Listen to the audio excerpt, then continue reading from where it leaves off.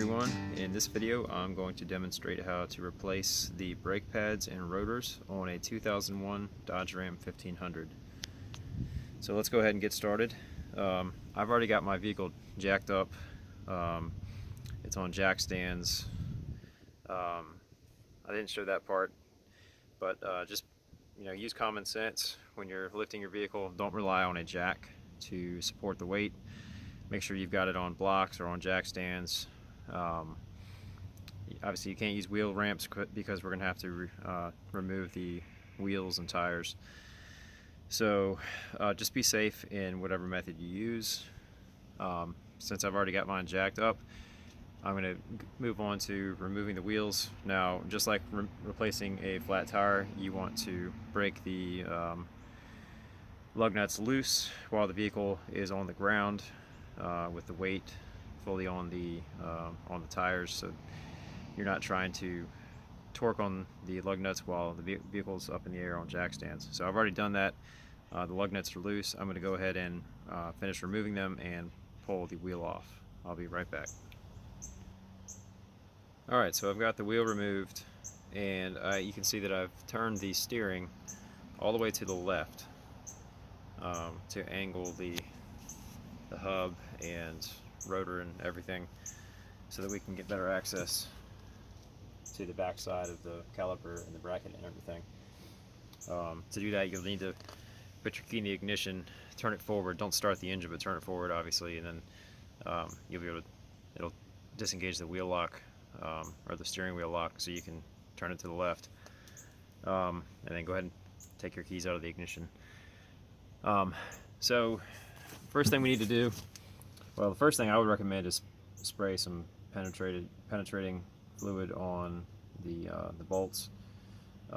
We've got 2 bolts that hold the caliper to the bracket and 2 bolts that hold the caliper bracket itself onto the steering knuckle.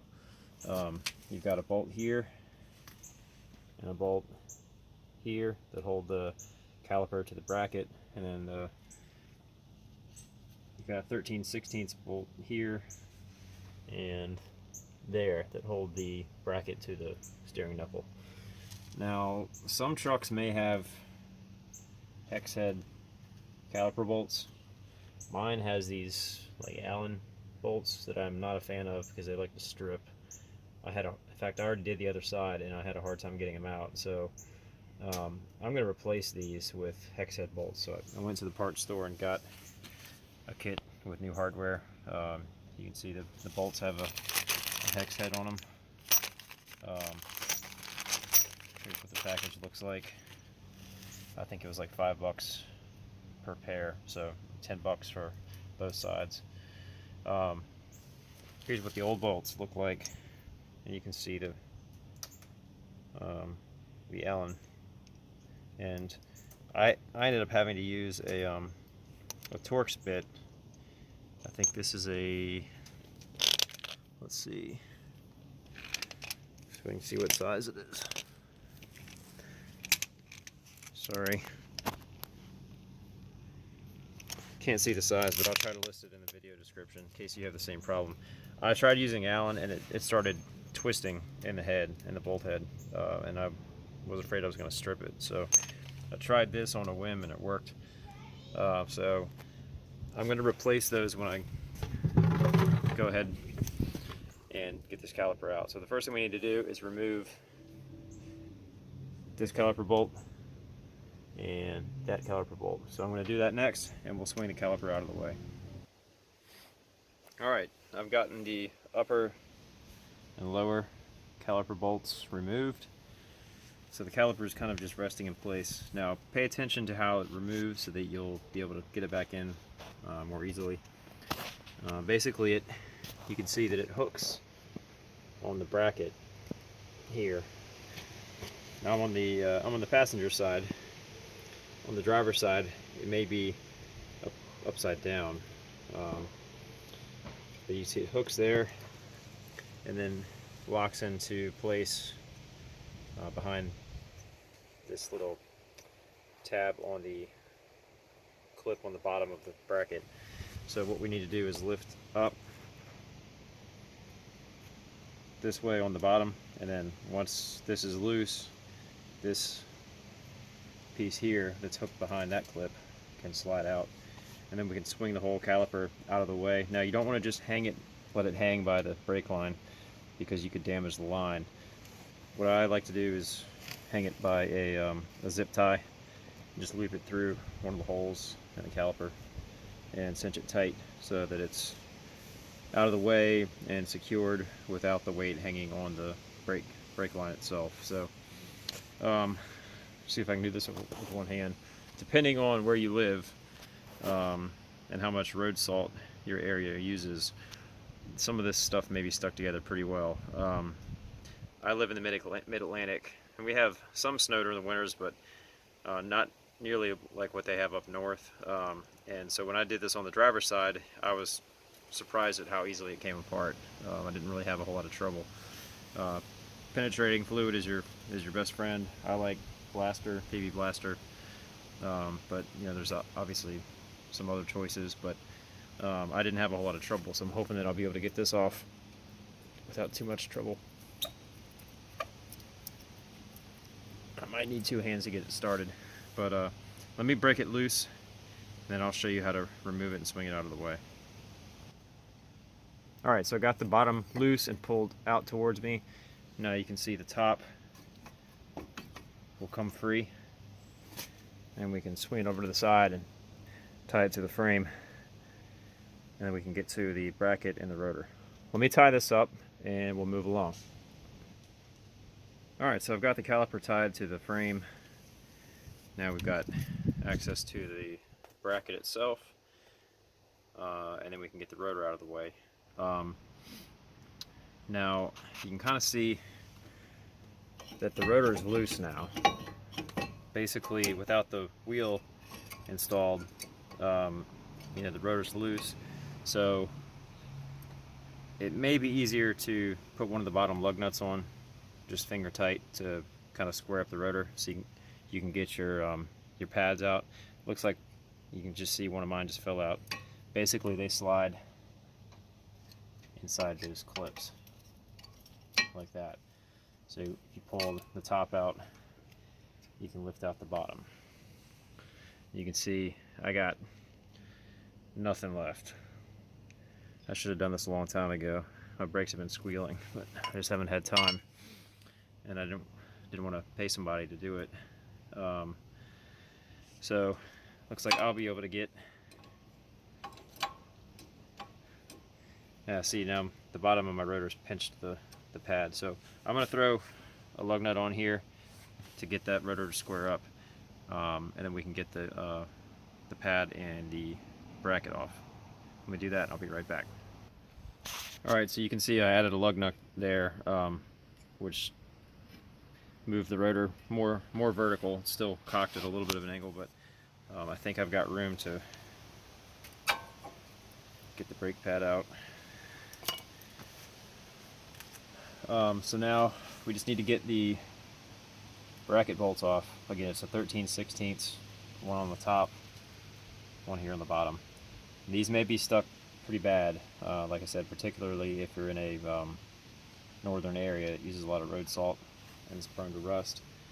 You may need to use a lot of penetrating fluid on these. In fact, if you know you're going to do this, you may want to start coating these the night before. Definitely recommend a breaker bar of some sort, and just, you know, take your time, nice and easy. Don't jerk on it too much. You don't want to snap the bolts off, or you don't want your socket to slip off. But I'm going to go ahead and get those loosened up, and then we'll take the bracket off. Alright, well, I got really lucky. My bolts were not seized at all, and I didn't have any trouble getting them loose. So I've already removed the bottom one, got the top one almost all the way out. See if I can support this with my foot a little bit and take this loose. There. Alright, so pay attention before you remove this, how it mounts. The caliper bracket mounts on the front side of the steering knuckle, between the knuckle and the rotor. So when you put it back together, just remember that. It's pretty self-explanatory, but it's always better to pay attention when you're removing something. So now we can go ahead and pull the bracket loose, set it aside. And again, depending on where you live, your rotor may be seized to the hub. As you could see earlier, mine's already loose. So I should be able to just slide this. Whoops, forgot I got a lug nut on there. I got to get that out of the way. That was stupid.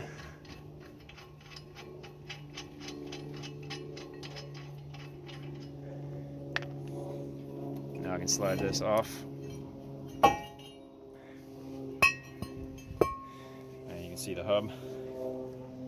So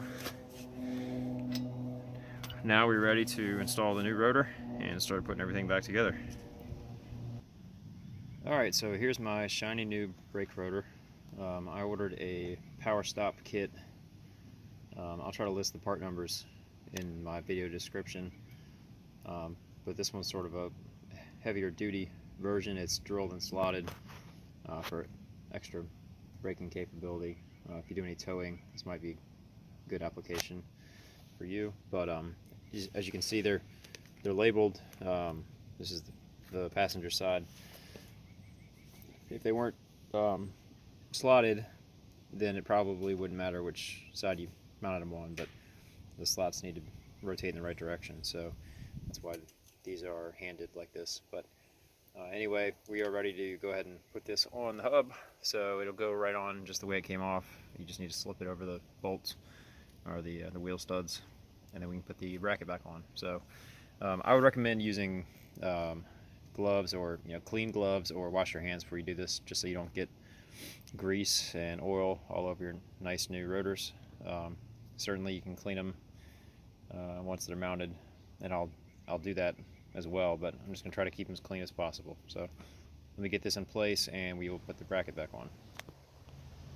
Alright, so my new rotor is in place. We can go ahead and put the bracket on, but before we do that, I'm going to replace these pad clips.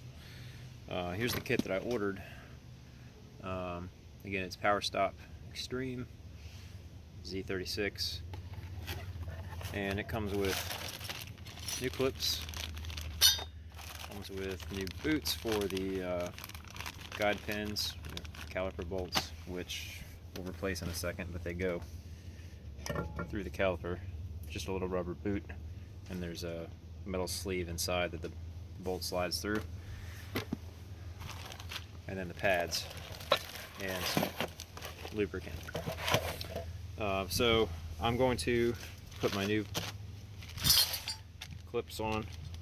There's one for the top and one for the bottom. Just replace them like for like. So you can see this one will go here, this one will go up here, then we can put that bracket back on. So let me get these removed and we'll pop the new ones on. Basically, you may just need a pry bar or a screwdriver, but they should just kind of push off. You can see how they just fit around the end of the bracket, so you just need to use something to pop them off of there. Let me do that and we'll move along. Alright, so you can see I got the new clips on, and I've also gone ahead and applied some of the lubricant that they sent with the kit on both clips. You can kind of see, because the pads, as you saw earlier, actually slide back and forth within those clips. So you want to make sure they're nice and lubricated. Alright, so next we can go ahead and put the bracket back on. Again, it's the two 13/16 bolts. Bracket goes here in front, the bolt goes in from behind. I don't remember the torque spec for this, but I'll list it in the video description, or make a note of it in the video when I edit it. So let me get this mounted and then we will work on the calipers.